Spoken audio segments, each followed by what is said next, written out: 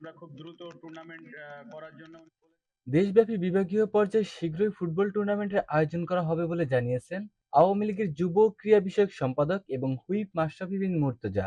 বৃহস্পতিবার 23শে মে দুপুরে ঢাকা জেলা আওয়ামী লীগের কার্যালয়ে নবগঠিত যুব ক্রীড়া উপকমিটির সদস্যদের পরিচিত সভায় স্বাগত বক্তব্যে তিনি এসব কথা বলেন। এ সময় তিনি আরো বলেন, ক্ষমতাসীন দল আওয়ামী লীগের উদ্যোগে শীঘ্রই এ আয়োজন করা হবে। দলের সাধারণ সম্পাদক ওবায়দুল কাদেরকে অবগত করা হয়েছে, এতে তিনি সায় দিয়েছেন। প্রধানমন্ত্রীকে টুর্নামেন্টের ব্যাপারে অবগত করলে তাতে তিনি নির্দেশনা দিয়েছেন। মাশরাফি আরো বলেন, সারা বাংলাদেশে দ্রুত একটি টুর্নামেন্ট করার জন্য প্রধানমন্ত্রী আমাদের বলেছেন। আমরা বিভাগ পর্যায়ে শুরু করব। এখন বর্ষাকাল শুরু হয়ে যাবে, ক্রিকেট সম্ভব না, তাই ফুটবল দিয়ে টুর্নামেন্ট শুরু করব। এ সময় তিনি বলেন, সিনিয়র নেতাদের সঙ্গে আলাপ আলোচনা করব, কোন বিভাগে শুরু করব সেটিও আলোচনা হবে। যেহেতু এখন সিজনটা কিছুটা বর্ষা শুরু হয়ে যাবে, তো আসলে ক্রিকেটটা হয়তো বা রিসেন্টলি সম্ভব না, ফুটবল দিয়ে শুরু করার